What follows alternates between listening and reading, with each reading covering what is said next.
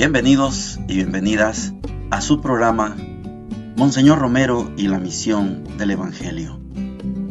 Un programa que lleva dos objetivos: conocer a Monseñor Romero y estudiar la Sagrada Escritura con un juicio crítico desde la teología de la liberación. Cada día tendremos un encuentro con Monseñor Romero y con el Dios de Jesús.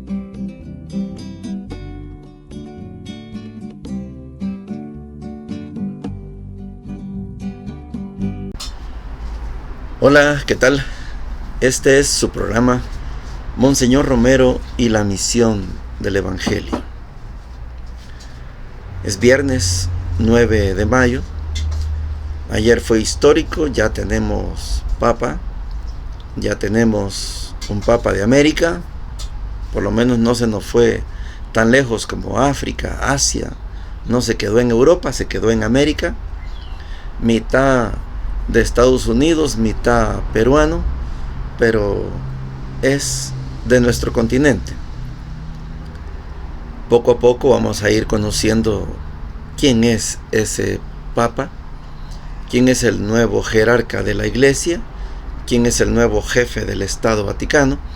Vamos a ir conociendo, pero por lo menos se quedó en América. Solo quiero destacar una de las frases importantes para mí, de las que dijo ayer. Habló de una paz desarmada y desarmante. Me gusta esa expresión, una paz desarmada y desarmante. Espero que en los próximos días, porque ahorita vienen todos los trámites de cualquier jefe de Estado, firmar documentos, cambiar firma, es decir, todo lo que significa una toma de posesión de un Estado, y pronto lo tendremos ya en la primera Santa Eucaristía. Ayer nos dio la primera bendición, la que se llama Urbi et Orbe, desde Roma para el mundo. Es una bendición para Roma y para el mundo. Se hace generalmente el domingo de Pascua y el 1 de enero, pero tuvimos ayer la primera bendición de parte de él.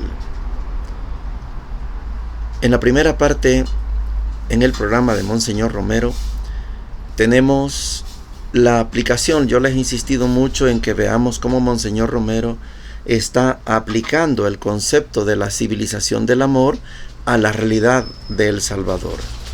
¿Qué es lo que impide que haya civilización del amor? Oiga usted la palabra fuerte que dice Monseñor: fanáticos.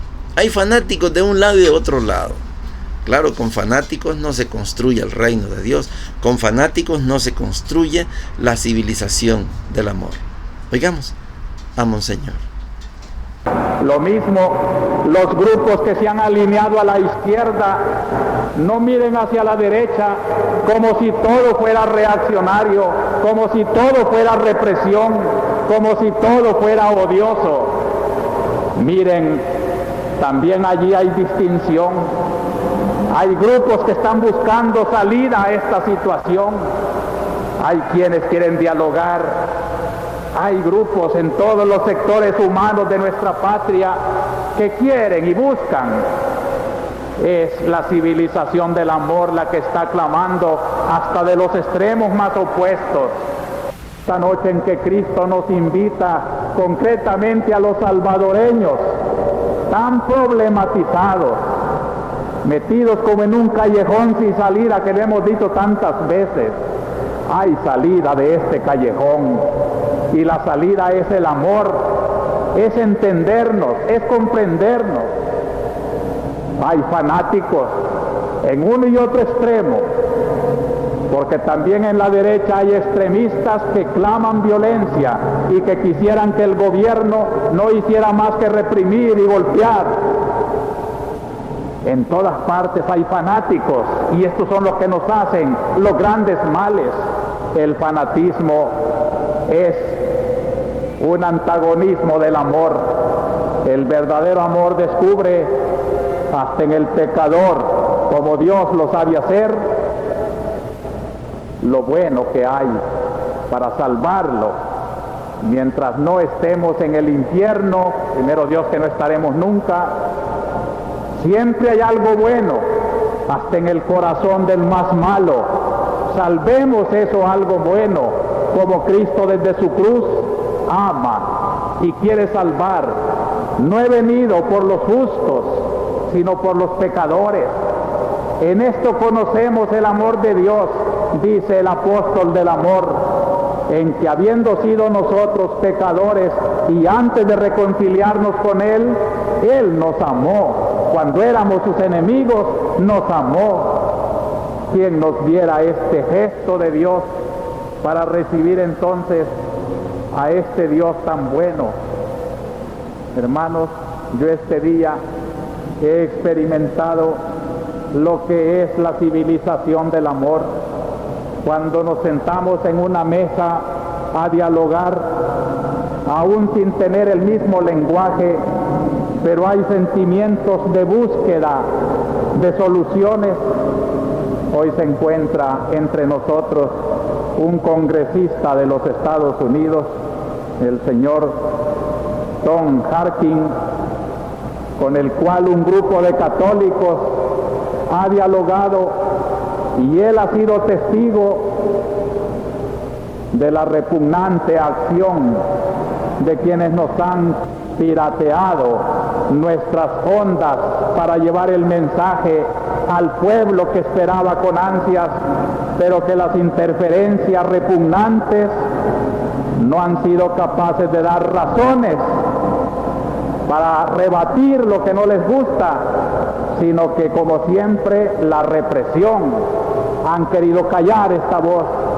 Y Estados Unidos se ha dado cuenta en uno de sus representantes este gesto, junto con otras informaciones, se da cuenta de la grave situación de nuestro país, pero da también una palabra de esperanza. Como cristiano, en este Jueves Santo me ha parecido muy significativo un diálogo con varios hombres preocupados de esta situación, y yo les digo, queridos hermanos, que esta construcción de la civilización del amor es muy posible si los hombres sabemos deponer actitudes agrias y nos sabemos sentar, si es posible, con una sonrisa. Siempre el hombre es capaz de sonreír. Solo en el infierno no se sonríe ya. Quizá porque muchos llevan el infierno en su corazón, el odio, la violencia fanática. Qué feos son los rostros de los que odian.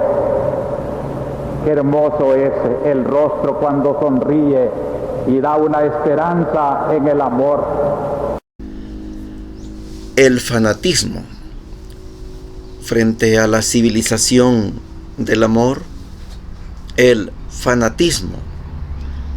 Póngale usted los nombres que quiera a ese fanatismo y se va a encontrar con el gobierno con su fuerza armada, la policía, la guardia, la oligarquía con sus escuadrones de la muerte, que son los que finalmente mataron a Monseñor Romero, las organizaciones populares con sus 5 brazos armados, la embajada de los Estados Unidos con sus senadores, con su presidente Jimmy Carter en ese tiempo. Todo eso se puede englobar en el fanatismo. Cuando no hacemos prevalecer la civilización del amor, inventamos enemigos, inventamos adversarios. No nos damos cuenta que la civilización del amor es capaz de sacarnos de cualquier situación, de cualquier callejón, como dice Monseñor Romero.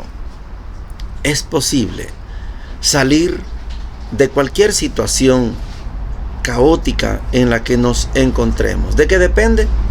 De si usted y yo somos fanáticos. Fanático de izquierda, fanático de derecha, fanático de centro, fanático de la iglesia. Fanáticos. Y Monseñor tiene una experiencia de la civilización del amor, lo menciona él, sentado en una mesa, donde no coincidimos en el pensamiento, pero estamos hablando. Eso es civilización del amor.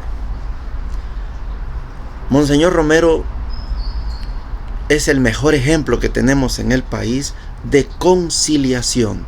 ¿A quién no escuchaba Monseñor Romero? Escuchaba a la guerrilla, hablaba con guerrilleros. Escuchaba al ejército, hablaba con miembros del ejército, del alto mando. Escuchaba a la oligarquía, hablaba con los empresarios, jóvenes y viejos. La juventud también hablaba con Monseñor Romero. Hablaba con la prensa, claro que hablaba con la prensa. Hablaba con los obispos, claro que hablaba con los obispos. Con el nuncio también, con el papa también. Hablaba también con la señora del mercado, con la gente en la calle, con el taxista. Es un ejemplo de civilización del amor. Nunca Monseñor se fanatizó, nunca se polarizó. Monseñor estaba claro en su mensaje. Nos quedan 2 o 3 días más para terminar esta homilía, pero creo que hay suficientes elementos, sobre todo esto que les he explicado de ese concepto de la civilización del amor, meterlo aquí en el país. Es una habilidad especial que tenía Monseñor Romero. Meter esos conceptos, decimos tropicalizarlos, hacerlos de nuestro ambiente, meterlos en el ambiente. Quiero que vayamos a las lecturas porque estas lecturas para mí son muy complicadas, porque a veces cuesta darse a entender en lo que tiene que ver con las formaciones diferentes que tenemos. Y hoy nos toca estudiar Hechos 9 del 1 al 20, que es el pasaje de lo que se llama la conversión de Pablo. Y ya ustedes saben que yo he insistido mucho en que no sucede tal conversión, pero hay que sustentarlo. Hechos de los Apóstoles, capítulo 9, versículos del 1 al 20, dice lo siguiente. En aquellos días, Saulo, respirando todavía amenazas de muerte contra los discípulos del Señor, se presentó al sumo sacerdote y le pidió cartas para las sinagogas de Damasco, autorizándolo a traerse encadenados a Jerusalén a los que descubriera que pertenecían al camino, hombres y mujeres. Mientras caminaba, cuando ya estaba cerca de Damasco, de repente una luz celestial lo envolvió con su resplandor. Cayó a tierra y oyó una voz que le decía: Saulo, Saulo, ¿por qué me persigues? Dijo él: ¿Quién eres, Señor? Respondió: Soy Jesús, a quien tú persigues. Pero levántate, entra en la ciudad y ahí se te dirá lo que tienes que hacer. Sus compañeros de viaje se quedaron mudos de estupor porque oían la voz, pero no veían a nadie. Saulo se levantó del suelo y aunque tenía los ojos abiertos no veía nada.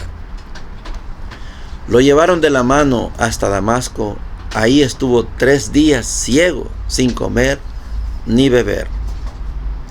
Había en Damasco un discípulo que se llamaba Ananías. El Señor lo llamó en una visión. Ananías, respondió él: aquí estoy, Señor. El Señor le dijo: levántate y ve a la calle llamada Recta y pregunta en casa de Judas por un tal Saulo de Tarso. Mira, está orando y ha visto en visión a un cierto Ananías que entra y le impone las manos para que recobre la vista. Ananías contestó: Señor, he oído a muchos hablar de ese individuo y del daño que ha hecho a tus santos en Jerusalén, y que aquí tiene autorización de los sumos sacerdotes para llevarse presos a todos los que invocan tu nombre. El Señor le dijo: anda, ve, que ese hombre es un instrumento elegido para mí, para llevar mi nombre a pueblos y reyes y a los hijos de Israel. Yo le mostraré lo que tiene que sufrir por mi nombre. Salió Ananías, entró en la casa, le impuso las manos y dijo: hermano Saulo, el Señor Jesús, que se te apareció cuando venías por el camino, me ha enviado para que recobres la vista y seas lleno del Espíritu Santo.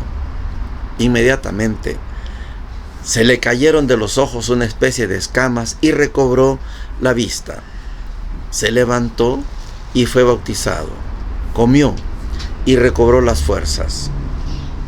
Se quedó unos días con los discípulos de Damasco y luego se puso a anunciar en las sinagogas que Jesús es el Hijo de Dios. Palabra de Dios, te alabamos, Señor. Es un pasaje bastante conocido, pero que amerita algunas puntualizaciones. No pretendo que usted piense como yo, no, solo voy a exponerle los detalles que yo veo en este pasaje. Estamos en el capítulo 9 de los Hechos, y recuerde que venimos desde Hechos 2, cuando se manifiesta el Espíritu Santo sobre una comunidad, sobre un grupo, y ese grupo va creciendo. Vimos cómo fue el martirio de San Esteban, nuestro primer mártir de la era cristiana. Vimos cómo el Felipe, ese diácono, hace proezas, bautiza a un etíope. El movimiento de Jesús va creciendo. Saulo se opone al movimiento de Jesús. No acepta que surja lo que ellos llamaban una secta, y está dispuesto a acabar con esa secta. Pero camino a Damasco sucede este milagro. Ese es un contexto que nos va a servir mucho para lo que les voy a comentar. Hay le hemos llamado a esto una teofanía. Recuerda el concepto de teofanía, una manifestación de Dios. Teofanía, la de Moisés allá en el monte Horeb. Teofanía, la del Mar Rojo. Teofanía, la transfiguración. Teofanía, el bautismo de Jesús. Teofanía. Aquí hay una teofanía. Dios se le manifiesta a Saulo. Saulo, Saulo, ¿por qué me persigues? Saulo es un fariseo. Él pertenece a la religión judía, a la religión del pueblo de Israel. Saulo, Saulo, ¿por qué me persigues? Saulo no está persiguiendo a Dios en el templo. Saulo, Saulo, ¿por qué me persigues? Ese grito, esa queja, esa pregunta desequilibra al perseguidor Saulo. Saulo va con alguna tropa, lleva un equipo, pero este equipo oye la voz, pero no ve a nadie. Saulo no vio a nadie. Saulo, igual que ellos, oyó la voz. La diferencia es que Saulo sí cayó de bruces, cayó por tierra. Los otros no, porque ellos no eran perseguidores, ellos eran asalariados, contratados por Saulo. Pero Saulo está precisamente en una teofanía. Esa teofanía, esa manifestación de Dios, habla de un cambio de concepto. Dios no está en el templo. Dios está en la comunidad. Aquí hay un nombre que usa los Hechos, que Saulo está persiguiendo a los que están en el camino. Esa expresión la han asumido muy bien los hermanos neocatecumenales. El camino, el que entra desde abajo y va escalando, va subiendo porque está en el camino. La comunidad en Damasco está liderada por Ananías. Y ese Saulo poderoso, perseguidor, que encadena a los cristianos, ahora está de rodillas en el suelo. Ahora sí, está en el suelo. Necesita que alguien lo guíe, que lo lleven de la mano, porque tiene los ojos abiertos y no ve. Y lo llevan a Damasco, y ahí en Damasco está 3 días sin comer ni beber. Está en crisis ese gran Saulo. El otro aspecto que quiero mencionar es la obediencia de la comunidad que describe los Hechos de los Apóstoles. Ananías, cuando Dios lo llama, Ananías no le dice: ¿por qué me persigues? No, Ananías, aquí estoy, Señor, habla, te escucho, Señor.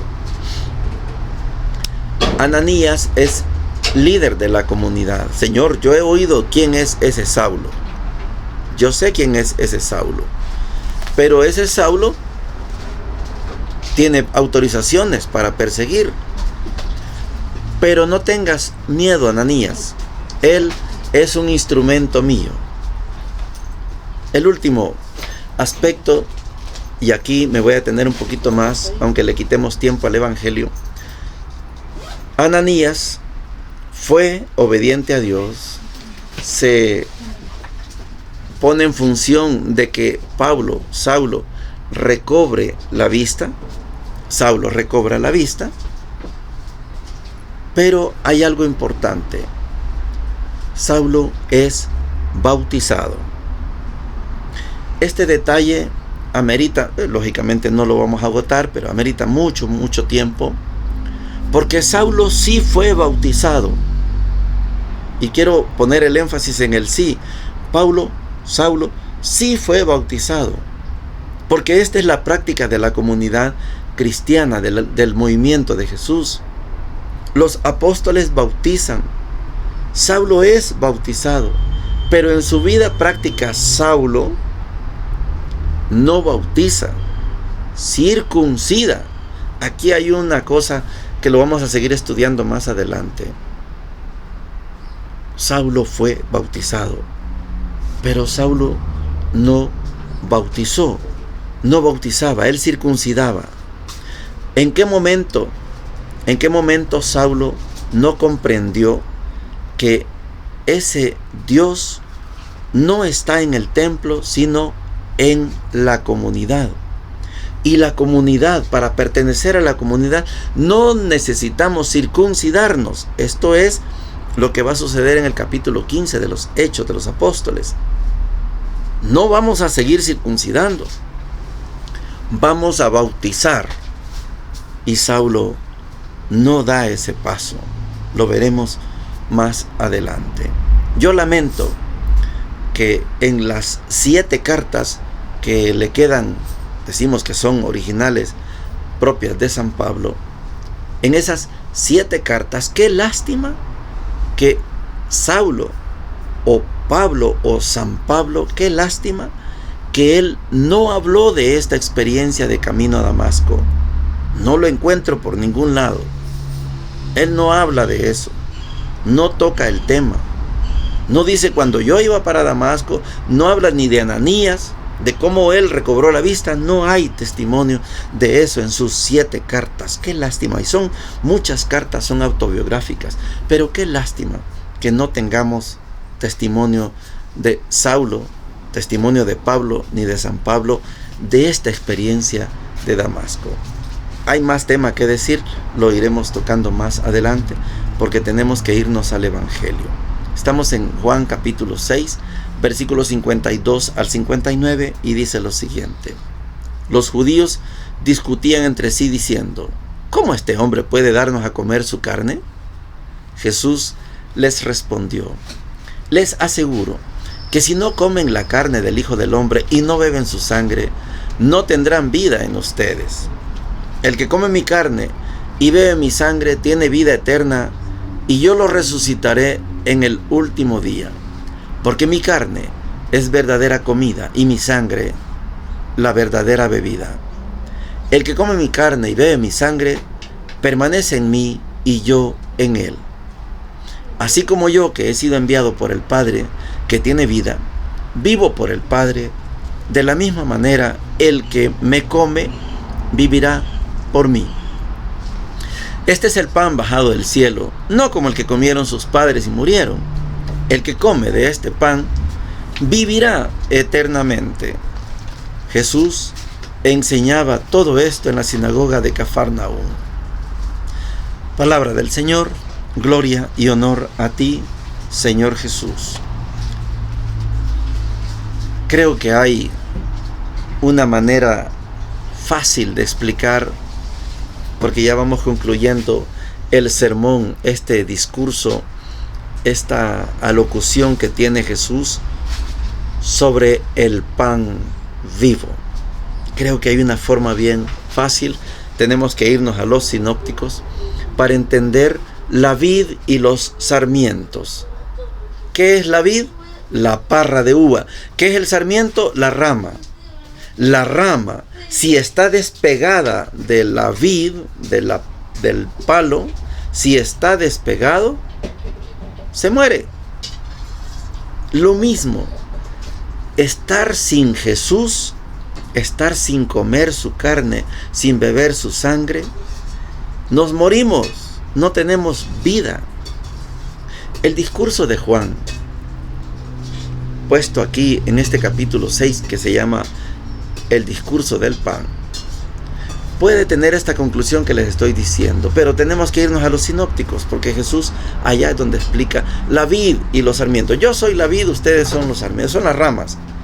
Esa figura de la vid y los sarmientos basta para entender que Jesús y el Padre están unidos, que Jesús y la comunidad están unidos. Separados no se puede. Cuando Monseñor Romero nos explica esos fanáticos no se puede, porque fanático significa que estoy fuera, no, estoy dentro. Y para tener vida eterna hay que estar dentro, hay que estar con Jesús, hay que comer su carne, hay que beber su sangre. Solo así se puede entender la unidad entre Jesús y el Padre y la unidad entre la comunidad y Jesús. Jesús es la vid, es la parra de uva. Nosotros somos las ramas y las ramas son las que dan fruto. Estar integrados, estar unidos es la clave. Por eso el capítulo 6, cuando la gente dice, ¿cómo dice que debemos comer? ¿Cómo puede darnos de comer su cuerpo? ¿Y cómo puede darnos de beber su sangre? Hay un cambio en el concepto. Ya no se trata de sacrificar animales en el templo de Jerusalén. No, ya Jesús hace el sacrificio de una vez y para siempre. Termina el discurso de Juan sobre el pan de vida, el discurso sobre el pan, y quedan cosas, creo yo, más que claras para poderlas comprender. Les aseguro que cuando oigamos a Monseñor Romero hablando precisamente de este capítulo 6, lo vamos a aprender a estudiar en cualquier momento, vamos a entender cómo Jesús, cuando predica este sermón, impacta en Monseñor Romero de tal manera que Monseñor descubre algo que la iglesia todavía no lo predica. No sé si el Papa León XIV o León XIV, que asumió ayer, no sé, yo espero. Él es una persona bien preparada, tiene varios títulos, es doctor y máster en teología. Espero que este Papa pueda hacer un estudio minucioso y quitar lo que tenga que quitar y poner lo que tenga que poner para que entendamos mejor los conceptos. Ayer invocó a Pedro y Pablo, son los pilares de la iglesia, correcto, pero yo espero que poco a poco nos vayamos dando cuenta de darle el lugar que le corresponde a Pablo, que nos quite esos pedazos del 9 al 20 del capítulo 16 de Marcos, que no son de Marcos. Yo espero que ahora tengamos con este nuevo Papa, tengamos avances en temas conceptuales, en temas doctrinales. Por algo tomó el nombre de León XIV, porque León XIII fue el que comenzó las encíclicas, él con la Rerum Novarum, la renovación de las cosas, y por algo asumió el nombre de León XIV. Estoy agradecido con Dios que el Papa haya quedado en América y que el Papa que ha llegado sea un verdadero estudioso y que haya visitado El Salvador. Ya me están llegando informes que ha estado aquí y que se ha expresado también de buena manera sobre Monseñor Romero. Lo veremos, le daremos el seguimiento y oraremos por él. Me pareció muy emotivo, muy humano, mucha lágrima. Eso dice mucho de una autoridad. Bendiciones para todos y para todas. Hemos presentado Monseñor Romero y la misión del Evangelio. Hasta la próxima.